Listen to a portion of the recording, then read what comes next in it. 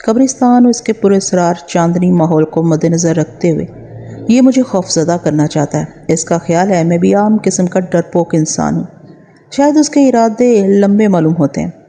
میں نے غور سے ایک مرتبہ پھر اس کا جائزہ لیا۔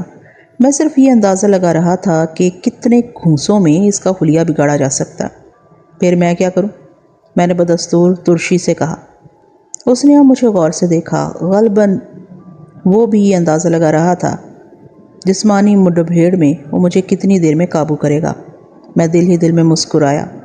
مجھے معلوم تھا کہ اسے خاصی مایوسی ہوگی، کیونکہ میرا قد 5 فٹ 10 انچ اور وزن 130 پاؤنڈ تھا۔ اس کے علاوہ مجھے کثرت کا بھی شوق تھا، اکثر کھیلوں میں بھی حصہ لیتا رہتا تھا۔ اس لیے میں نہ صرف مضبوط اور گھٹے ہوئے جسم کا مالک تھا بلکہ پھرتیلا بھی تھا۔ میں آپ سے کہہ رہا ہوں کہ مجھے مرے ہوئے 3 سال گزر چکے ہیں، اور چونکہ میں دنیاوی قانون کے مطابق مردہ ہوں، اس لیے میں نہ تو کما سکتا ہوں، نہ میرے پاس دنیاوی رقم آ سکتی ہے، اور نہ ہی سگریٹ خرید سکتا ہوں۔ اس نے بیٹھی ہوئی آواز میں کہا، اگر تم واقعی مردہ ہو، تمہیں مرے ہوئے 3 سال گزر چکے ہیں، تو دوسری دنیا کے قانون کے مطابق جہاں سے اب تمہارا تعلق ہے تمہیں سگریٹ نہیں پینا چاہیے۔ میں نے اعتراض کیا۔ میرا اعتراض بس یوں ہی تھا، میں اس صورتحال سے لطف اندوز ہو رہا تھا۔ اس سے میرے 2 مقصد تھے۔ ایک تو اس بات کا اظہار کرنا کہ میں ڈرپوک انسان نہیں ہوں، اور بہتر ہے کہ وہ مجھ پر اپنا آٹھ نہ آزمائے کیونکہ ان دلوں میں تیل نہیں ہے، اور دوسری وجہ یہ تھی کہ میں بوریت کے لمحات ایسی کسی دلچسپ گفتگو میں کاٹنا زیادہ پسند کرتا ہوں۔ اس اجنبی نے، جس نے اپنا نام حشمت بتایا تھا، غور سے میری آنکھوں میں دیکھا۔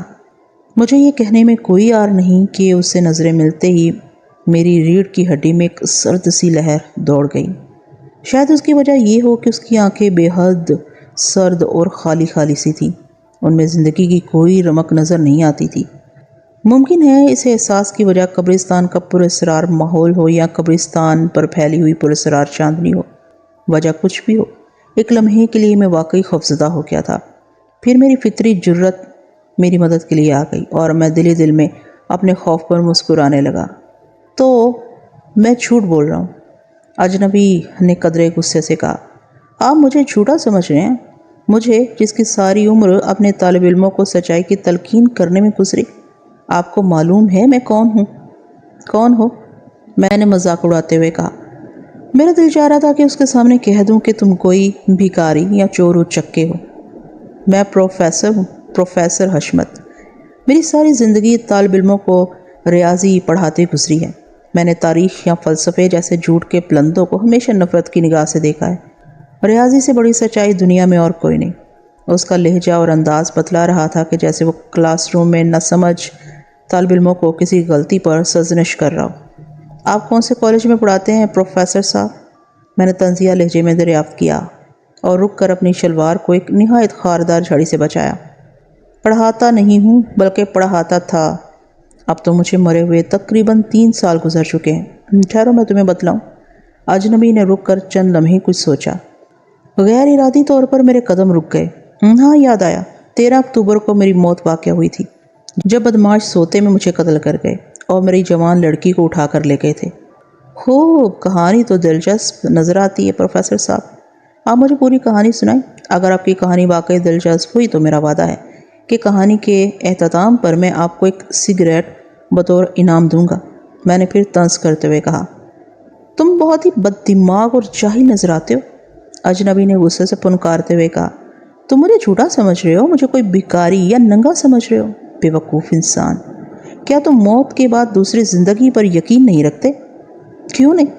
میں نے فوراً جواب دیا، لیکن بدروحوں والی زندگی پر نہیں۔ مرنے کے بعد روح جسم سے نکل کر کسی نامعلوم مقام پر چلی جاتی ہے، اس طرح قبرستان میں آوارہ گردی نہیں کرتی۔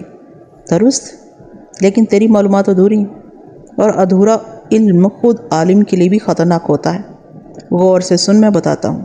جس یقین کا ابھی تو نے اظہار کیا ہے وہ ایک مسلم حقیقت ہے، لیکن یہ قانون ان روحوں پر لاگو ہوتا ہے جو قدرتی طور پر نکلتی ہیں۔ جو لوگ قتل کر دیے جاتے ہیں اور جن کی روحیں کسی وجہ سے بے چین رہتی ہیں، وہ عالم ارواح تک نہیں جاتی۔ جب تک ان روحوں کو سکون نہیں ملتا، وہ دنیا ہی میں بھٹکتی رہتی ہیں۔ مرنے کو تو میں مر گیا، لیکن میری روح بے قرار رہی، کیونکہ میری جوان لڑکی نگہت میری اکلوتی اولاد تھی۔ جو وہ 12 سال کی تھی تو اس کی ماں مر گئی تھی، اور اس کے بعد میں نے ہی ماں بن کر اس کی پرورش کی تھی، اسے تعلیم کے زیور سے آراستہ کیا تھا۔ میرے مرنے کے بعد میری بچی اس دنیا میں تنہا رہ گئی، اور میری روح یہ سوچ سوچ کر بیقرار ہی رہی کہ میری بچی کا ان بدماشوں کے ہاتھ کیا حشر ہوا۔ افسوس، مجھے آج تک اپنی بچی کے بارے میں کچھ معلوم نہ ہو سکا۔ نہ جانے کیوں میرے منہ سے بسختہ کہا نکل گیا، شاید اس لیے کہ یہ تمام باتیں اس شخص نے بے حد سنجیدگی سے کہی تھیں، اس طرح جیسے خود اسے بھی اپنے کیے ہوئے ایک ایک لفظ پر یقین ہو۔ مجھے معلوم تھا کہ وہ مجھے بے وقوف بناتے بناتے خود بے وقوف بننے لگا۔ میرا ہنسنا غضب ہو گیا۔ اس اجنبی نے پلٹ کر مجھے دیکھا، اس کی بے نور آنکھوں سے شرارے نکل رہے تھے۔ بس کرو بڑے میاں، ایک سگریٹ کے لیے تم بڑی محنت کر رہے ہو، مجھے تم پر ترس آ رہا ہے، یہ لو سگریٹ اور اب میری جان چھوڑ دو۔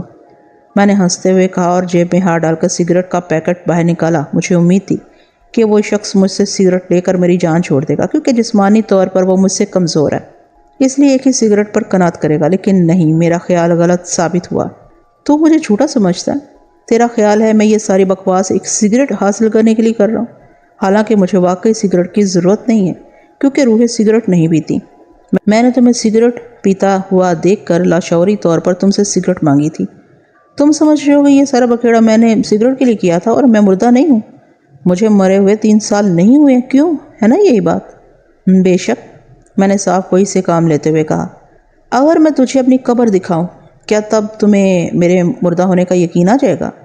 پروفیسر حشمت نے کہا۔ نہیں۔ کیوں؟ آخر کیوں؟ پروفیسر نے چلاتے ہوئے کہا۔ اس لیے کہ یہاں لاتعداد قبریں ہیں، اور تم کسی بھی قبر کی طرف اشارہ کر کے کہہ سکتے ہو کہ یہ تمہاری قبر ہے۔ میں نے اطمینان سے جواب دیا۔ میرے استدلال نے اجنبی کو قائل کر دیا۔ وہ چند لمحے سر جھکائے غور کرتا رہا، اور میں دلچسپی سے اسے دیکھتا رہا کہ دیکھو اب پروفیسر صاحب اپنے تھیلے میں سے کون سی نئی بلی نکالتے ہیں۔ ادھر آؤ میرے ساتھ۔ اجنبی نے میرا ہاتھ پکڑ کر مجھے ایک طرف کھینچا۔ اس کا ہاتھ برف کی طرح سرد تھا۔ مجھے اس پر بالکل تعجب نہیں ہوا۔ میری جگہ کوئی اور دوسرا ہوتا تو یقیناً ڈر جاتا، لیکن مجھے معلوم ہے کہ جن جسموں میں خون نہیں ہوتا ان کے ہاتھ گرمیوں میں بھی سرد ہوتے ہیں، اور پھر وہ سردی کا موسم تھا۔ اجنبی کا دبلا پتلا جسم دیکھتے ہوئے مجھے یقین تھا کہ اسے کبھی ایک وقت بھی پیٹ بھر کر کھانا نہیں ملا ہوگا، پھر خون کہاں سے آئے گا؟ اور عمر رسیدہ ہونے کے باعث یہ بالکل فطری امر تھا کہ سردیوں میں اس کے ہاتھ سرد ہوں۔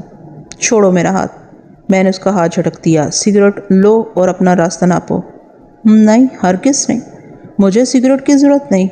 میں اب تمہیں یقین دلاؤں گا کہ میں مردہ ہوں۔ مجھے مرے ہوئے 3 سال گزر چکے ہیں۔ میں اس شخص کو کبھی معاف نہیں کر سکتا جو مجھے جھوٹا سمجھتا ہو۔ آؤ میں تمہیں اپنی قبر دکھاؤں۔ میں کوئی قبر دیکھنا نہیں چاہتا، مجھے دیر ہو رہی ہے، میں نے خشک لہجے میں کہا۔ تو تمہیں یقین نہیں ہے کہ میں مردہ ہوں؟ اب چھوڑو نا بڑے میاں، میں نے بور ہوتے ہوئے کہا۔ تو کیا میں جھوٹ بول رہا ہوں؟ ہاں، تم جھوٹ بول رہے ہو۔ مجھے بھی غصہ آ گیا۔ میں جھوٹا ہوں؟ ہاں، تم جھوٹے ہو۔ میں تمہیں کبھی معاف نہیں کروں گا، کبھی نہیں، کبھی نہیں۔ جہنم میں جاؤ، مت معاف کرو۔ تمہیں اپنے لفظوں کی بھاری قیمت ادا کرنا پڑے گی۔ لڑکے، مارے غصے کے اجنبی کے منہ سے جھاگ نکلنے لگی۔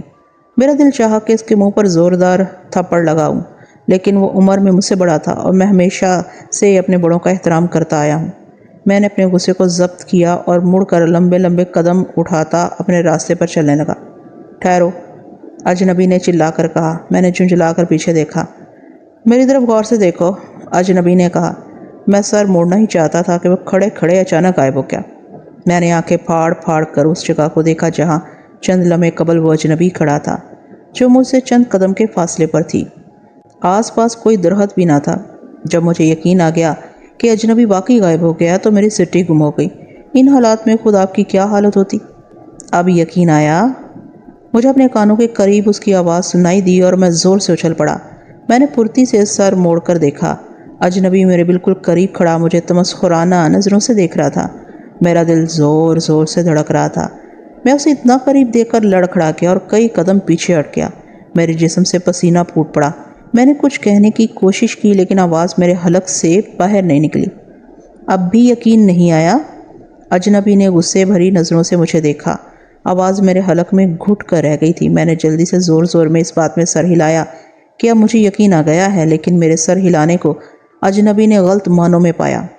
بہت ہی کوڑ مغز ہو، ادھر آ میرے ساتھ، اجنبی نے کہا۔ چونکہ میں اب اس روح سے کسی قسم کی بحث کرنا نہیں چاہتا تھا، اس لیے میں بغیر چو چرا کیے اس کے پیچھے چل دیا۔ میرے قدم لڑکھڑا رہے تھے۔ جب مجھے سوچنے سمجھنے کے لیے تھوڑا موقع ملا تو میں نے اپنی بزدلی پر خود کو لعنت بھیجی۔ آخر اس قدر خوفزدہ ہونے کی کیا ضرورت ہے؟ میں نے سوچا۔ چلو مان لیا کہ یہ شخص واقعی پروفیسر حشمت ہے، مان لیا کہ اسے مرے ہوئے 3 سال گزر چکے ہیں، چلو مان لیا کہ اب یہ گوشت پوست کا انسان نہیں ہے بلکہ روح ہے، پھر اس میں ڈرنے کی کیا بات ہے؟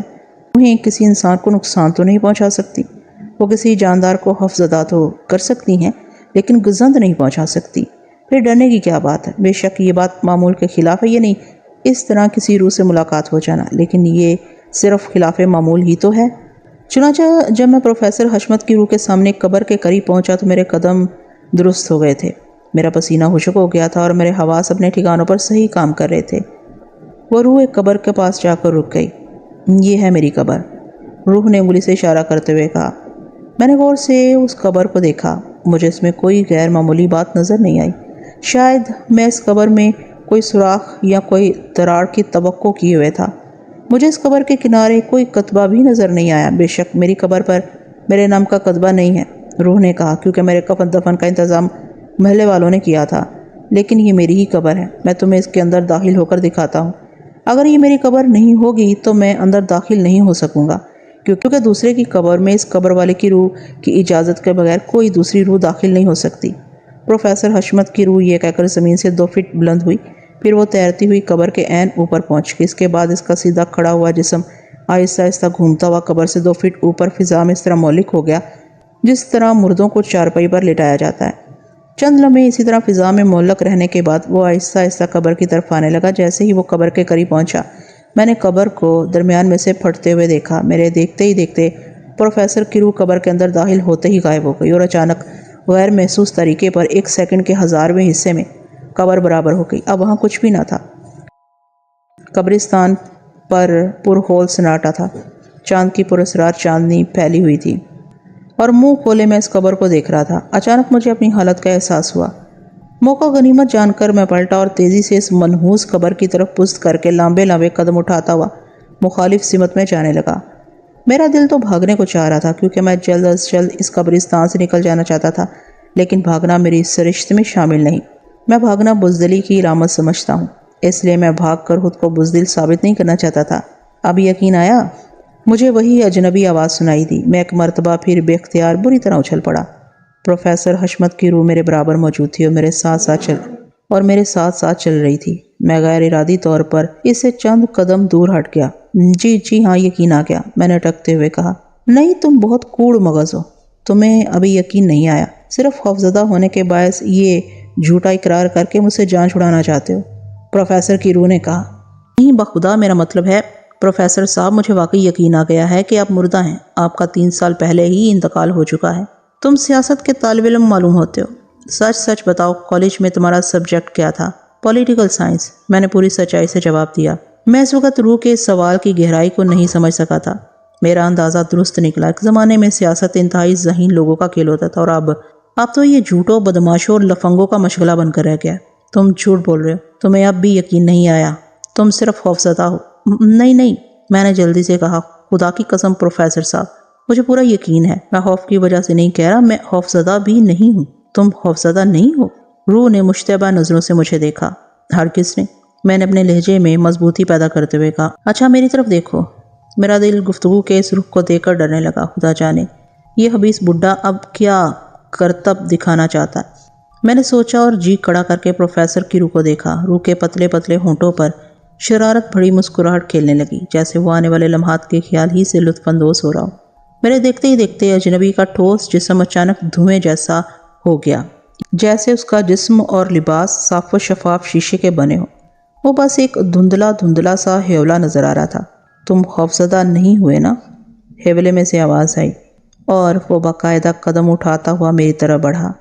یہ حقیقت ہے کہ میں نے اس سے قبل کبھی ایسا منظر نہیں دیکھا تھا، یعنی اس طرح کسی ٹھوس چیز کا اچانک شیشے کی طرح صاف و شفاف ہو جانا۔ مجھے اس کے جسم کے آر پار قبریں اور خاردار جھاڑیاں صاف نظر آ رہی تھیں۔ میں نے کبھی اپنی زندگی میں ایسا حیولہ نہیں دیکھا تھا، اور ترا یہ کہ وہ بولتا بھی تھا۔ وہ میری طرف بڑھ رہا تھا اور اس کے ہونٹوں پر اب بھی وہی شرارت امیز مسکراہٹ کھیل رہی تھی۔ میری سمجھ میں نہیں آ رہا تھا کہ آخر یہ سنکی پروفیسر چاہتا کیا ہے۔ اب مجھے اس امر میں کوئی شبہ نہیں رہا تھا، اور بعد کے واقعات نے اسے ثابت کر دیا کہ میرا واسطہ ایک سنکی روح سے پڑ گیا تھا۔ اب وہ کیا کرنا چاہتا ہے؟ میں سحر زدہ سا اپنی جگہ کھڑا اسے اپنی طرف بڑھتے دیکھتا رہا۔ وہ میرے بالکل قریب آ گیا۔ اچانک میں نے اپنے دل میں خوف و دہشت محسوس کی۔ نہ جانے اس خبیث روح کے کیا ارادے تھے۔ بے اختیار مجھے خیال آیا کہ میں وہاں سے بھاگ جاؤں، بے تحاشا آنکھیں بند کر کے دوڑتا رہوں، اس وقت تک جب تک کہ اس منحوس قبرستان سے باہر نہ نکل جاؤں۔ میرے دیکھتے ہی دیکھتے وہ حیولہ میرے جسم میں داخل ہو گیا۔ مجھے ایسا محسوس ہوا جیسے میرا پورا جسم برف میں تبدیل ہو گیا ہو۔ میرا خون میری رگوں میں منجمد ہو گیا۔ میرے جسم کے رونگٹے کھڑے ہو گئے۔ نہ جانے کب میرے منہ سے ایک دہشت ناک چیخ بلند ہوئی۔ دوسرے ہی لمحے شدید سردی کا وہ احساس زائل ہو گیا۔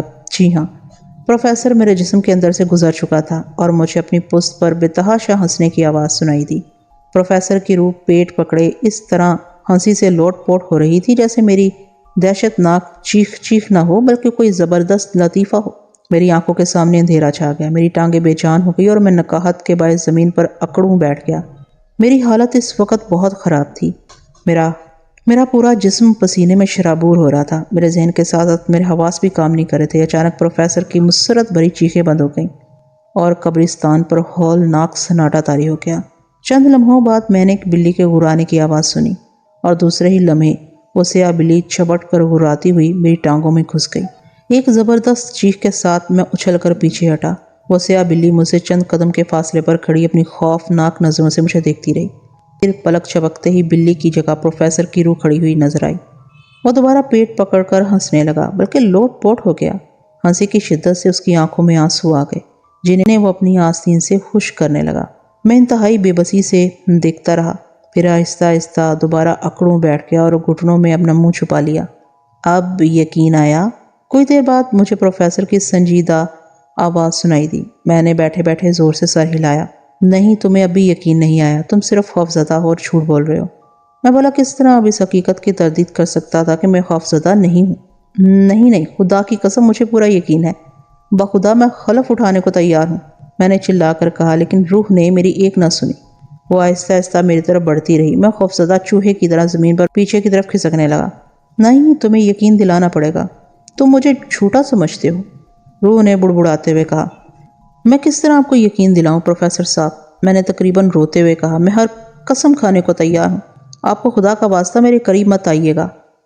میرا خیال درست تھا، تم صرف خوفزدہ ہو، واللہ تم جیسا اڑیل گدھا آج تک میری نظر سے نہیں گزرا۔ میری سمجھ میں نہیں آتا میں تمہیں کس طرح یقین دلاؤں۔ پروفیسر کی روح میری جانب بڑھتے بڑھتے رک گئی اور کسی گہری سوچ میں ڈوب گئی۔ وہ غالباً مجھے مردہ ہونے کا یقین دلانے کے لیے کوئی نیا شیطانی منصوبہ سوچ رہا تھا۔ مجھ میں اتنی ہمت نہیں تھی کہ میں نئے منصوبے کو چھوڑ کر پرانے منصوبے ہی کا دوبارہ سامنا کر سکتا۔ اسے خیالوں میں ڈوبا دیکھ کر میں اچانک جست لگا کر کھڑا ہو گیا اور اس کے بعد میرے پیروں میں گویا پر لگ گئے۔ میں آنکھیں بند کیے قبروں سے ٹکراتا، جھاڑیوں سے الجھتا، لڑکتا اور پھسلتا ہوا بے تحاشا دوڑتا رہا۔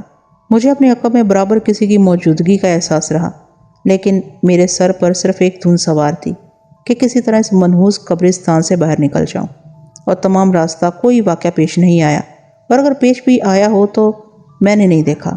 قبرستان سے نکل کر میں آبادی میں داخل ہو کر رک گیا۔ میرا سانس پوری طرح پھولا ہوا تھا۔ میں بجلی کے کھمبے کا سہارا لے کر 10-15 منٹ تک اپنا سانس درست کرتا رہا۔ میرا جسم پسینے میں شرابور ہو رہا تھا۔ میری قمیض اور شلوار جگہ جگہ سے پھٹ گئی تھی۔ خاردار جھاڑیوں میں الجھنے کی وجہ سے میری ٹانگوں پر خراشیں آ گئی تھیں۔ جب ذرا سانس درست ہوا تو مجھے ان خراشوں میں تکلیف کا احساس ہوا۔ میری کوہنیاں بری طرح چھل گئی تھیں۔ میرے بال دیوانوں کی طرح بکھرے ہوئے تھے۔ میں جیسے تیسے لڑکھڑاتا اپنے گھر میں داخل ہوا۔ میری یہ حالت دیکھ کر میری والدہ اور بہن کے اوسان خطا ہو گئے، لیکن مجھے اتنا ہوش نہ تھا کہ ان کی ہمت بندھاتا۔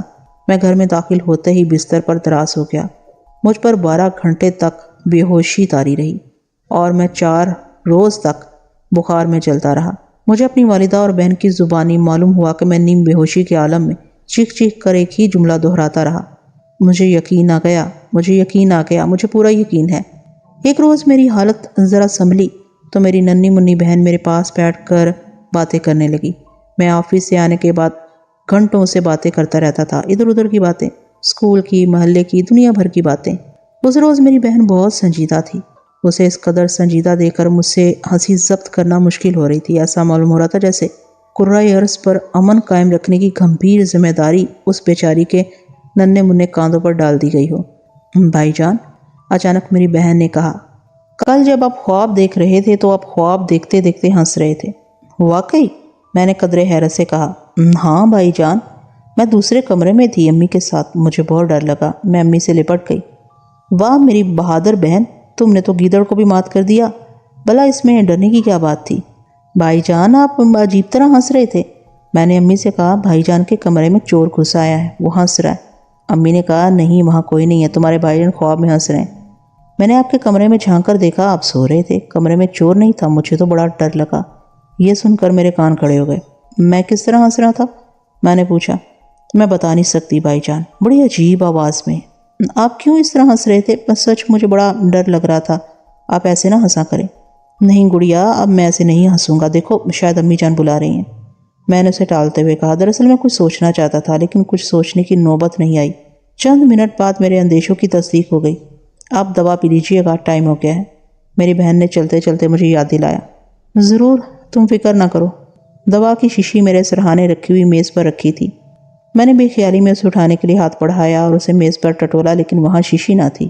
میں نے پلٹ کر میز کی طرف دیکھا. شیشی واقعی موجود نہ تھی، صرف ایک پیالی، پانی کا گلاس اور گولیوں کی پڑیاں رکھی تھیں. مجھے بڑی حیرت ہوئی کیونکہ ابھی چند لمحے پہلے میں نے دوا کی شیشی رکھی تھی. ابھی میں حیران ہو ہی رہا تھا کہ میں نے گلا کھنکھار کر صاف کرنے کی آواز سنی اور پھر دوا حاضر ہے سرکار. میرے سر سے 3 فٹ پر فضا میں پروفیسر کی منحوس آواز گونجی. آواز سے تمسخر عیاں تھا. میں فوراً سمجھ گیا کہ دوا کی شیشی غائب کرنے کا کارنامہ پروفیسر مرحوم کا ہے. میں نے پلٹ کر دیکھا. فضا میں صرف کوہنیوں تک ایک ہاتھ معلق تھا. اس ہاتھ کے علاوہ اور کچھ نہ تھا، اور اس ہاتھ نے میری دوا کی شیشی پکڑی ہوئی تھی. ذرا تصوراتی نظر سے دیکھیں. ایک ہاتھ فضا میں بغیر کسی سہارے کے معلق تھا. وہ ہاتھ پنجے سے شروع ہو کر کوہنیوں پر ختم ہو رہا تھا، اور بس. اچانک میری ننھی بہن کمرے میں داخل ہوئی. میں نے گھبرا کر اسے دیکھا. اس نے کچھ کہنے کے لیے منہ کھولا ہی تھا کہ اس کی نظر فضا میں معلق ہاتھ پر پڑی. بھائی جان! میری بہن کے منہ سے ایک طویل چیخ نکلی اور وہ لہرا کر فرش پر گر پڑی. میں نے شدید غصے کے عالم میں اس منحوس ہاتھ کو دیکھا. وہاں پروفیسر مرحوم کا پورا وجود موجود تھا. اس کے چہرے پر ایک شیطانی مسکراہٹ رقصاں تھی اور اس نے بدستور دوا کی شیشی ہاتھ میں پکڑی ہوئی تھی. اس کی آنکھیں میرا مضحکہ اڑا رہی تھیں. جب تک معاملہ میرے اور روح کے درمیان رہا میں نے برداشت کیا، لیکن اب اپنی بہن کے بے ہوش جسم کو دیکھ کر میری آنکھوں میں خون اتر آیا. میں نے میز پر رکھے ہوئے گلاس کو اٹھا کر پوری قوت سے پروفیسر پر کھینچ مارا. شیشے کا گلاس پروفیسر کے ٹھوس جسم میں سے گزرتا ہوا کمرے کی دیوار سے جا ٹکرایا اور زبردست آواز کے ساتھ ٹکڑے ٹکڑے ہو گیا. بخار کی وجہ سے میں بہت کمزور ہو گیا تھا، لیکن اس وقت میں غصے میں اندھا ہو رہا تھا. میں اچھل کر بستر پر سے کھڑا ہو گیا. میرا ارادہ دونوں ہاتھوں سے گلا گھونٹ کر پروفیسر کو مار ڈالنے کا تھا. مجھے ایک لمحے کے لیے بھی یہ خیال نہیں آیا کہ وہ پہلے ہی مردہ ہے. اسے مرے ہوئے 3 سال گزر چکے اور میرے سامنے صرف اس کی روح ہے. میں نے روح پر چھلانگ لگائی اور جیسے ہی میرا جسم روح سے ٹکرایا، یوں کہنا زیادہ مناسب ہوگا کہ روح میرے جسم میں مدغم ہو گئی. مجھے ایک زبردست جھٹکا لگا. وہ جھٹکا بجلی جیسا نہ تھا. وہ جھٹکا کسی چیز سے ٹکرانے کا بھی نہیں تھا. بس وہ ایک قسم کا جھٹکا تھا جیسے آگ سے تپتے ہوئے سرخ فولاد کو برف جیسے سرد پانی میں ڈال دیا جائے. چند لمحوں کے لیے مجھ پر سختہ طاری ہو گیا. فوراً ہی ایک خیال نے مجھے دہشت زدہ کر دیا کہ کہیں مجھ پر فارش تو نہیں گر گیا. لیکن نہیں. چند لمحے بعد میرے حواس اور میرے اعصاب دوبارہ کام کرنے لگے، لیکن اس طرح کہ مجھے اپنے اعصاب پر مکمل قابو نہیں رہا. میرے ہاتھ اور میری ٹانگیں بری طرح کانپ رہی تھیں. میں لڑکھڑاتا ہوا پیچھے ہٹا اور شدت سے لرزتے ہوئے ہاتھوں سے سر پکڑ کر بستر پر بیٹھ گیا. پروفیسر کی روح میری یہ حالت دیکھ کر ہنسنے لگی. اچانک اس کی ہنسی کی آواز رک گئی، جیسے کسی نے اس کا گلا گھونٹ کر ہنسی روک دی ہو. فوراً ہی مجھے فرش پر شیشی گرنے اور اس کے ٹوٹنے کی آواز سنائی دی. پھر میں نے چونک کر سر اٹھایا. امی میرے کمرے کے دروازے پر کھڑی تھیں اور حیرت زدہ نظروں سے ٹوٹی ہوئی دوا کی شیشی کو دیکھ رہی تھی. پھر انہوں نے مجھے دیکھا اور اس کے بعد وہ فرش پر بیٹھ کر میری بے ہوش ننھی سی بہن کو اٹھانے لگی. میں لرزتی ہوئی ٹانگوں سے اٹھا اور امی کی مدد کرنے لگا. اب یہ حقیقت بالکل واضح ہو گئی تھی کہ دراصل پروفیسر کی روح شرارت پر آمادہ ہے. وہ مجھے خواہ مخواہ پریشان کر رہی ہے. اسے معلوم ہے کہ مجھے اس کی وفات پر یقین آ گیا، لیکن شاید اس نے مرنے کے بعد پہلی مرتبہ کسی انسان کو پریشان کیا تھا. یہ درست ہے کہ اس نے یہ کھیل دانستہ شروع نہیں کیا تھا، لیکن جب یہ کھیل اس رات قبرستان میں شروع ہوا تو اسے بہت مزہ آیا۔ اب وہ اس کھیل کو جاری رکھنا چاہتا تھا تاکہ اس سے پوری طرح لطف اندوز ہو سکے، اور میں نداستگی میں اس کا دلچسپ کھلونا بن کر رہ گیا تھا۔ آئندہ چند روز میں ہونے والے واقعات نے میرے اس خیال کی تائید کر دی۔ گڑیا کو جب ہوش آیا تو وہ سہمی نظروں سے کمرے میں نظریں دوڑانے لگی۔ وہ بار بار کٹے ہوئے ہاتھ کا ذکر کر رہی تھی۔ میں نے بڑی مشکلوں سے یقین دلایا کہ جو کچھ اس نے دیکھا تھا وہ اس کا وہم تھا۔ میرے قسمیں کھانے پر میری ننھی سی بہن کا یقین متزلزل ہو گیا، لیکن وہ دوبارہ سہمی نظروں سے ادھر ادھر کچھ دیکھتی رہی۔ یہ صورتحال میرے لیے پریشان کن تھی۔ امی کے دریافت کرنے پر میں نے انہیں سارا واقعہ سنایا۔ وہ بھی فکر مند ہو گئیں۔ رات کو میں اس روح سے پیچھا چھڑانے کے لیے بستر پر لیٹا مختلف تدابیروں پر غور کر رہا تھا۔ کسی نے زور زور سے دروازہ کھٹکھٹایا۔ اس وقت غالباً 1 بج رہا تھا۔ میں نے دروازہ کھولا۔ باہر دور دور تک کسی جاندار کا نام و نشان نہیں تھا۔ میں دروازہ بند کر کے اپنے کمرے میں آ گیا۔ پھر کسی نے دروازہ کھٹکھٹایا۔ میں سمجھ گیا کہ یہ حرکت اسی روح کی ہے۔ مجھے بڑا غصہ آیا، لیکن میں خاموش لیٹا رہا۔ جب دستک کی آوازیں بلند ہونے لگیں تو دوسرے کمرے سے مجھے امی جان کی آواز سنائی دی۔ وہ مجھ سے دروازہ کھول کر دیکھنے کو کہہ رہی تھی۔ باہر کوئی نہیں امی جان، میں نے کہا، لیکن پھر کچھ خیال آنے پر انہوں نے اپنا جملہ نامکمل چھوڑ دیا۔ وہ میرا مطلب سمجھ گئیں۔ دروازے پر بدستور دستک جاری تھی۔ میں غصے میں بھرا دروازے پر آ گیا اور چپکے سے کنڈی کھول کر دستک کی آواز سننے کا انتظار کرنے لگا۔ پھر جیسے ہی کسی نے دروازے پر دستک دی، میں نے ایک جھٹکے سے دروازہ کھول دیا۔ فوراً مجھے اپنے سینے پر ایک غیر مرئی گھونسا لگا اور اچانک میں نے اوہ کی آواز سنی۔ وہ آواز اسی شیطان روح کی تھی۔ باہر کوئی بھی نہیں تھا، لیکن میں دروازے میں کھڑا روح کے ہنسنے کی آوازیں سن رہا تھا۔ سنیے پروفیسر صاحب، میں نے اچانک اپنے دفاع کا انداز بدلتے ہوئے بڑی لاچارگی سے اسے مخاطب کرتے ہوئے کہا، اگر آپ ذرا بھی شریف ہیں، جیسا کہ مجھے یقین ہے، میری ماں اور بہن کو اس میں ملوث نہ کریں۔ جواب میں خاموشی چھا گئی۔ میں کچھ دیر تک کسی رد عمل کی توقع کرتا رہا۔ پھر مایوس ہو کر میں نے دروازہ بند کیا اور اپنے کمرے میں آ گیا۔ نہ جانے کب میری آنکھ لگ گئی اور میں نہ جانے کتنی دیر تک سوتا رہا، لیکن اچانک اپنے سینے پر کوئی بھاری بھرکم چیز گرنے سے میں ہڑبڑا کر جاگ گیا۔ میں نے اپنے سینے کی طرف دیکھا۔ وہاں ایک بلی بوکھلاہٹ کے عالم میں بیٹھی مجھے ٹکر ٹکر دیکھ رہی تھی۔ نظریں ملتے ہی وہ ہڑبڑا کر میرے سینے پر سے کودی اور تیر کی طرح میرے کمرے سے باہر بھاگ گئی۔ پھر مجھے پروفیسر کی طرف سے ہنسنے کی آواز سنائی دی۔ میں بے بسی کے عالم میں اس کے ہنسنے کی آواز سنتا رہا۔ پھر میں نے اپنا سر پکڑ لیا۔ میرے خدا، میں کیا کروں؟ شکر ہے وہ صرف بلی تھی۔ اگر سانپ یا بچھو ہوتا تو میں کیا کر لیتا؟ اب یقین آیا صاحبزادے؟ مجھے پروفیسر کی آواز سنائی دی اور پھر وہ میرے سامنے ظاہر ہو گیا۔ آپ کو اچھی طرح معلوم ہے پروفیسر صاحب کہ مجھے اچھی طرح یقین آ چکا ہے، میرا ایمان ہے کہ آپ 3 سال قبل رحلت فرما چکے ہیں۔ بس مجھے اتنا بتلا دیجئے کہ آخر آپ کیوں مجھے تنگ کرتے اور میرے پیچھے پڑ گئے ہیں؟ میں نے بے بسی سے کہا، سنو صاحبزادے، تم نے مجھے جھوٹا کہا، میری زبردست توہین کی۔ آج تک کسی کو مجھے جھوٹا کہنے کی جرت نہیں ہوئی۔ میں تمہیں اس کی سزا دے رہا ہوں۔ روح نے بیٹھی ہوئی آواز میں کہا، پروفیسر صاحب، آپ ایک باشعور انسان ہیں۔ میرا مطلب ہے آپ ایک باشعور روح ہیں۔ آپ کو معلوم ہے میں نے جو کچھ کہا تھا وہ محض ایک غلط فہمی کی بنیاد پر کہا تھا۔ میں اس کے لیے ہاتھ جوڑ کر معافی چاہتا ہوں۔ مجھے پہلے ہی بہت سزا مل چکی ہے۔ اب آپ میرے حال پر رحم فرمائیں، مجھے معاف کر دیں۔ ایک شریف انسان کی روح کو یہ زیب نہیں دیتا کہ وہ کسی دوسرے کی زندگی اجیرن کر دے، اس کا سونا جاگنا حرام کر دے۔ تم بہت مکار ہو، آخر ہو نا سیاست کے طالب علم۔ میں تمہاری ان چکنی چپڑی باتوں میں آنے والا نہیں، روح نے کہا اور وہ غائب ہو گئی۔ دوسرے روز گڑیا منہ بسورتی ہوئی میرے پاس آئی۔ دیکھیے بھائی جان، کسی نے میرے ہوم ورک کا ستیہ ناش کر دیا ہے۔ میں مس کو کیا دکھاؤں گی؟ کیا ہوا گڑیا؟ میں نے دریافت کیا۔ اس پر میری ننھی سی بہن نے اپنی حساب کی کاپی میرے سامنے کر دی۔ میں نے دیکھا اس پر باقاعدہ سے کسی نے چیکنگ کی تھی۔ غلط جوابات کو کاٹ دیا گیا تھا اور صحیح جوابات پر صحیح ہونے کا نشان لگا ہوا تھا۔ کسی جواب پر خوش ہو کر تعریفی کلمات لکھ دیے گئے تھے۔ میں نے 2 گھنٹے میں یہ سوالات حل کیے تھے۔ اب میں کیسے اسکول جاؤں؟ میں سر پکڑ کر بیٹھ گیا۔ پھر میں نے اس کی استانی کے نام ایک معذرتی خط لکھا کہ کسی نے گڑیا کی حساب کی کاپی میں شرارتاً یہ نشانات لگا دیے ہیں۔ اس میں اس کا کوئی قصور نہیں، اس مرتبہ معاف کر دیا جائے، آئندہ ایسا نہیں ہوگا۔ وہ بیچاری منہ بسورتی ہوئی اسکول چلی گئی۔ میں دوپہر کو کھانا کھا رہا تھا۔ ابھی پہلے ہی نیوالا اٹھایا تھا اور اسے منہ میں رکھنا چاہتا تھا کہ نیوالا میرے ہاتھ سے نکل کر فضا میں معلق ہو گیا۔ چند لمحے اسی طرح معلق رہنے کے بعد وہ میری طرف اس تیزی سے آیا جس طرح کوئی پتھر کھینچ کر مارتا ہو۔ میں جھکائی دے کر اس وار سے بچ گیا۔ پھر مجھے ہنسی کی وہی منحوس آواز سنائی دی۔ میرا خون کھول گیا، لیکن میں کر بھی کیا سکتا تھا؟ کھانا کھا کر میں پانی پی رہا تھا، گلاس منہ سے لگا ہوا تھا کہ اچانک کسی نے نیچے سے ٹہوکا دیا اور سارا پانی میرے کپڑوں پر گر گیا۔ میں صبر و شکر کے ساتھ کپڑے جھاڑتا ہوا کھڑا ہو گیا۔ اچانک مجھے امی کی دبی دبی چیخ کی آواز سنائی دی۔ میں دوڑتا ہوا باورچی خانے میں گیا۔ صورتحال یہ تھی کہ امی ہونک سی بنی بیٹھی تھی، ان کی آنکھیں حیرت سے پھیلی ہوئی تھی اور وہ خوفزدہ نظروں سے انگیٹھی کو دیکھ رہی تھی۔ انگیٹھی پر توا رکھا تھا، توے پر روٹی پھیلی ہوئی تھی اور انگیٹھی فضا میں تیر رہی تھی۔ ظاہر ہے توے کے نیچے دہکتے ہوئے انگارے تھے۔ میں امی کا ہاتھ پکڑ کر انہیں کھینچتا ہوا باورچی خانے سے باہر لے آیا۔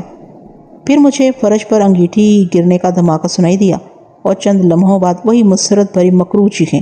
یہ سلسلہ 2 دن تک جاری رہا۔ میری تمام دفاعی تدبیریں، میری تمام درخواستیں، میرے تمام جوابی حملے ناکام ہو چکے تھے۔ میرا کھانا پینا اور سونا حرام ہو گیا تھا۔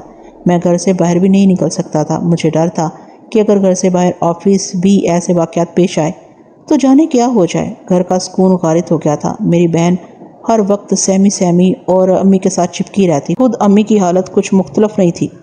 گھر کیا تھا، قبرستان بن گیا تھا۔ ہر وقت کسی ناخوشگوار واقعے کا پیش آنا معمول بن گیا تھا۔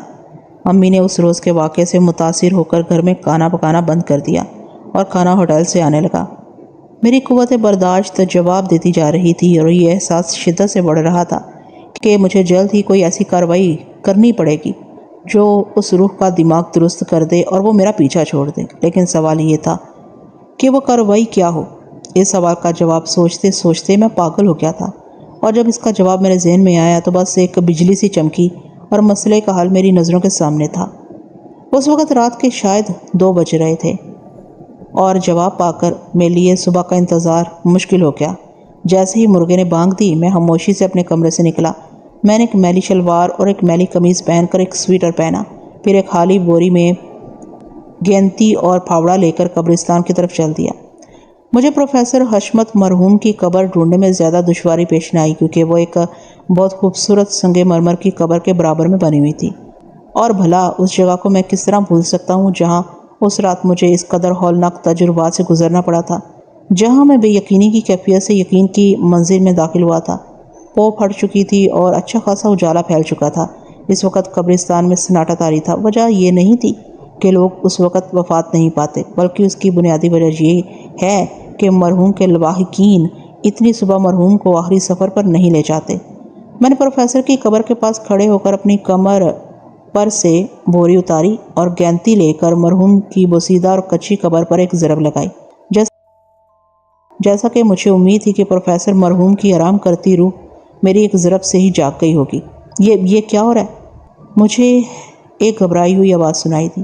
میں نے لاپرواہی سے داہنی طرف دیکھا۔ پروفیسر کی روح برابر والی قبر سے ٹیک لگائے مجھے حیرت زدہ نظروں سے دیکھ رہی تھی۔ میں نے کوئی جواب نہیں دیا اور گینتی دوبارہ سے بلند کر کے پوری قوت سے ایک اور ضرب لگائی۔ پروفیسر کی کچی قبر کا 1/4 حصہ میری 3 ہی ضربوں میں ڈھیر ہو گیا تھا۔ آخر تمہارے ارادے کیا ہیں؟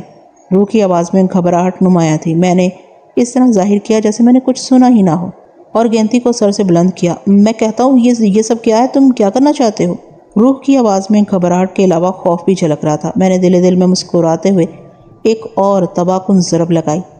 گینتی نرم مٹی میں اندر تک دھنس گئی۔ میں نے زور لگا کر اسے کھینچا اور قبر کا ایک بڑا حصہ اکھڑایا۔ کیا تم بہرے ہو؟ یہ تم کیا کر رہے ہو؟ پروفیسر کی روح نے میرے قریب آ کر پوری قوت سے چیخ کر کہا۔ نظر نہیں آ رہا؟ میں نے جواب دیا اور گینتی کو فضا میں بلند کیا۔ ٹھہرو، میں کہتا ہوں رک جاؤ۔ کیا بات ہے؟ کیوں کان کھا رہے ہو؟ میں نے کان کے قریب ہاتھ ہلاتے ہوئے پوچھا۔ میرے عزیز بتاؤ تم کیا کرنا چاہتے ہو؟ روح نے بڑے ہی نرم لہجے میں کہا۔ میں تمہاری قبر کھود کر اس کے اندر سے تمہاری بوسیدہ ہڈیاں نکالنا چاہتا ہوں۔ میں نے اطمینان سے جواب دیا۔ میری ہڈیاں؟ روح نے چیخ کر کہا۔ لیکن کیوں؟ میں ان ہڈیوں کو اس بوری میں بھر کر گھر لے جاؤں گا۔ تم نے ہڈیوں کا منجن بنتے دیکھا؟ میں نے پوچھا۔ نہیں، روح نے سرسراتی آواز میں کہا۔ اس کی آواز میں خوف نمایاں تھا۔ افسوس تم نے ساری زندگی فضول کاموں میں گنوا دی۔ ہڈیوں کا منجن بنانے کے لیے ضروری ہوتا ہے کہ تازہ ہڈیوں کو 1 مہینے تک دھوپ میں سکھایا جائے، لیکن تمہاری ہڈیوں کو سکھانے کی ضرورت نہیں پڑے گی۔ 3 سال کا عرصہ بہت ہوتا ہے۔ وہ ایسے ہی ہستہ ہو رہی ہوں گی، پھر ان ہڈیوں کو انگاروں میں دبایا جاتا ہے، وہاں وہاں وہ ہڈیاں آگ کی تپش میں آہستہ آہستہ جلتی ہیں اور بالکل سفید ہو جاتی ہیں۔ اس کے بعد انہیں آگ میں سے نکال لیا جاتا ہے، بالکل خستہ ہو جاتی ہیں، پھر انہیں بڑے آرام سے کوٹ لیا جاتا ہے اور ایک دم باریک کر کے انہیں کپڑے میں چھان لیتے ہیں۔ لیکن ہمارے ہاں ان میں کالی مرچ، بڑی الائچی اور کافور ملا کر استعمال کیا جاتا ہے۔ میں نے تفصیل سے پروفیسر کی روح کو ہڈیوں کا منجن بنانے کا نسخہ بتایا۔ تم میری ہڈیوں کا منجن بنانا چاہتے ہو؟ ہاں، لیکن کیوں؟ تمہیں نہیں معلوم؟ کمال ہے، ہڈیوں کا منجن دانتوں کے لیے اکسیر ہوتا ہے، ہلتے ہوئے دانت چما دیتا ہے، دانتوں کو آبدار موتیوں کی طرح چمکا دیتا ہے، بیماریوں سے محفوظ رکھتا ہے۔ میرے نانا مرحوم یہی منجن استعمال کرتے تھے اور 90 سال کی عمر میں گنا دانتوں سے چھیل چھیل کر کھایا کرتے تھے۔ وہ تو خیر بکریوں کی ہڈیوں کا منجن استعمال کرتے تھے، یقیناً انسانی ہڈیوں کا منجن بہت ہی عمدہ بنے گا۔ یہ جرم ہے، قتل ہے، مردوں کی بے حرمتی ہے، ظالمانہ اور غیر انسانی حرکت ہے۔ روح نے تقریباً چیختے ہوئے کہا۔ ہوا کرے، میں نے لاپرواہی سے کہا۔ تم نے پچھلے چند روز میں میرے ساتھ جو حرکتیں کی ہیں وہ تو غالباً عین انسانی تھی، رحم دلانہ تھی، کیوں ہے نا یہی بات؟ لیکن مردوں کی بے حرمتی، کوئی اس کا تصور بھی نہیں کر سکتا۔ ظالم سے ظالم انسان بھی ایسی بے رحمانہ حرکت نہیں کر سکتا۔ جیسے کو تیسا، میں نے جواب دیا۔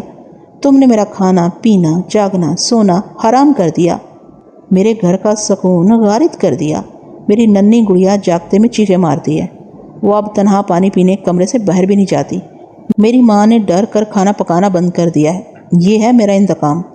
میں نے دانت پیستے ہوئے کہا اور گینتی سر سے بلند کر کے ایک زوردار ضرب لگائی۔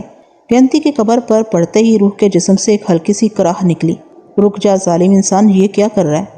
روح نے کراہتے ہوئے کہا۔ میں بھی دیکھتا ہوں اب تمہیں کیسے سکون ملتا ہے، جس طرح تم نے میرا سکون غارت کیا ہے میں بھی تمہیں تباہ کر دوں گا، تمہاری ہڈیوں کا منجن بناؤں گا، تمہاری قبر کو مسمار کر کے آج رات ایک کتے کی لاش اس کے اندر ڈال دوں گا، پھر تم ہمیشہ سکون تلاش کرتے رہو گے اور تک قیامت بے چین رہو گے۔ تم کسی دوسری قبر میں بھی داخل نہیں ہو سکتے، کوئی بھی دوسرا مردہ تمہیں اپنی قبر میں آنے کی اجازت نہیں دے گا۔ آخر ایک قبر میں جگہ ہی کتنی ہوتی ہے جو وہ تم کو اپنی قبر میں مہمان بنا کر ٹھہرا لے، اور مہمان بھی کتنے روز کا، قیامت تک کا۔ میں نے اپنے الفاظ کا رد عمل پروفیسر کی روح پر دیکھنے کی کوشش کی۔ اس کا چہرہ کسی مردے کی طرح سفید ہو رہا تھا۔ میں نے اس کے مستقبل کا جو خاکہ کھینچا تھا اس نے اسے دہشت زدہ کر دیا تھا۔ میں نے پلٹ کر پھر گینتی اٹھائی اور سر سے بلند کی۔ سنو لڑکے، خدا کے لیے رک جاؤ، مجھ پر رحم کرو، روح نے گڑ گڑا کر کہا۔ اور رحم اور تم پر؟ میں نے بڑے طنز سے کہا۔ نہیں، تم رحم کے قابل نہیں ہو۔ دیکھو لڑکے، دیکھو میری بزرگی کا خیال کرو، میں اپنی حرکتوں پر نادم ہوں، میں تم سے معافی مانگ رہا ہوں، مجھے معاف کر دو، تم بہت رحم دل ہو، واقعی میں نے تم پر بہت ظلم کیا، مجھے معاف کر دو۔ روح کی آنکھوں میں آنسو تیرنے لگے، مجھے اس پر رحم آ گیا۔ ویسے بھی میرا مقصد پورا ہو چکا تھا۔ میں نے گینتی زمین پر ڈال دی اور اسے دیکھنے لگا۔ روح نے دونوں ہاتھوں سے اپنا چہرہ چھپا لیا اور سسکیاں لے کر رونے لگی۔ ایک بوڑھے آدمی کو اس طرح روتا دیکھ کر مجھے بڑا ترس آیا۔ میں بہت دکھی ہوں لڑکے، پروفیسر کی روح نے سسکتے ہوئے کہا۔ میں نے تمہیں اپنی کہانی سنائی تھی، میری روح بے چین ہے، مجھے مرنے کے بعد بھی سکون نہیں ملا۔ میں نے تمہیں بتایا تھا کہ چند گنڈے مجھے قتل کر کے میری جوان لڑکی کو اٹھا کر لے گئے تھے۔ اس کا اس دنیا میں میرے علاوہ اور کوئی نہ تھا۔ نہ جانے میری بچی کا کیا ہوا، نہ جانے میری بچی کس حال میں ہے۔ دکھ سے روح کا گلا رند گیا اور خاموشی ہو گئی۔ میں چپ چاپ اسے دیکھتا رہا، مجھے اس پر بے حد رحم آ رہا تھا۔ اچانک میرے ذہن میں ایک خیال ابھرا۔ اور پروفیسر صاحب، میں نے ایسا سے پکارا۔ روح نے آنسوؤں سے تر چہرہ اوپر اٹھا کر مجھے دیکھا۔ پروفیسر صاحب، مجھے بڑا افسوس ہوا، جو ہونا تھا وہ ہو گیا، اب کوئی کچھ نہیں کر سکتا۔ اس واقعے کو 3 سال بیت چکے ہیں۔ جہاں تک میں سمجھ سکتا ہوں آپ کی روح اس لیے بے چین ہے کہ اسے اپنی جوان لڑکی کے بارے میں کچھ نہیں معلوم۔ آپ مرنے کے بعد بھی اپنی بچی کے لیے بے حد فکر مند ہے۔ میرا خیال ہے کہ آپ کوشش کرتے تو آپ کو آسانی سے اپنی بچی کا انجام معلوم ہو سکتا تھا۔ نہیں لڑکے، تم نہیں جانتے، روحیں کچھ کام کر سکتی ہیں اور کچھ کام نہیں کر سکتی، انہیں بھی کسی قانون کی پابندی کرنی پڑتی ہے۔ میں اپنے پرانے مکان میں گیا تھا، وہ آج بھی ویران ہے، وہاں کوئی نہیں رہتا۔ میں اپنی تحقیقات کا دائرہ اسے آگے نہیں بڑھا سکتا تھا۔ چند روز پہلے تک میرا بیشتر وقت اسی مکان میں گزرتا تھا، اس امید پر کہ شاید اسے دیکھ لوں۔ میں نے پورے شہر میں آوارہ گردی کی، لیکن مجھے کہیں بھی نگہت نظر نہیں آئی۔ پروفیسر کی روح نے آستین سے آنسو خشک کرتے ہوئے جواب دیا۔ اگر میں تحقیقات کر کے آپ کو آپ کی بچی کے بارے میں بتلا دوں تو کیا آپ کو، یعنی آپ کی روح کو سکون مل جائے گا؟ میں نے پوچھا۔ بے شک، اگر ایسا ہو سکے لڑکے تو میں تمہارا احسان کبھی نہیں بھول سکوں گا، روح نے تشکرانہ نظروں سے دیکھتے ہوئے کہا۔ ٹھیک ہے، میں آج سے ہی یہ کام شروع کر دوں گا۔ آپ مجھے اپنے گھر لے چلیں اور مجھے اپنے قتل کی تاریخ سے آگاہ کر دیں۔ میں نے کہا۔ میرے ذہن میں ایک سیدھا سادہ سا منصوبہ تھا۔ ضرور پروفیسر کے قتل کی خبر اخباروں میں شائع ہوئی ہوگی۔ اخبارات کے ذریعے معلوم کر لوں گا کہ اس قتل اور اغوا کی تحقیقات کس پولیس آفیسر نے کی تھی۔ پھر میں اس پولیس آفیسر سے مل کر ساری معلومات حاصل کر کے پروفیسر کی روح کو آگاہ کروں گا۔ کیوں نہیں، ابھی چلو، روح نے پرجوش لہجے میں کہا۔ ذرا صبر سے کام لیجئے، میں آپ کی قبر کو درست تو کر دوں، میں نے کہا اور پھاوڑا لے کر دوبارہ مٹی ڈالنے لگا۔ اس کام سے فارغ ہو کر میں پروفیسر کے ساتھ اس مکان میں آیا۔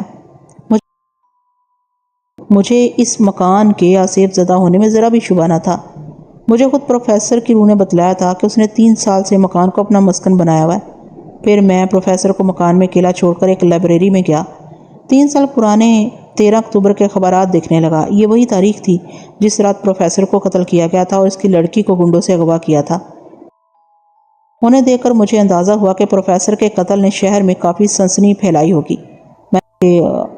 میں نے 13 اکتوبر کے بعد کے اخبارات دیکھے اور غصہ خیز خبر تھی، اور 16 اکتوبر کے اخبارات میں وہ خبر تھی جس کی مجھے تلاش تھی۔ خبر میں پروفیسر کے قتل اور نگہت کے اغوا کاروں کا حوالہ دیتے ہوئے لکھا تھا 15 اکتوبر کی رات کو، یعنی قتل کے 2 روز بعد، پولیس کو نگہت کی لاش اس شہر سے باہر ایک ویرانے میں پڑی ہوئی ملی۔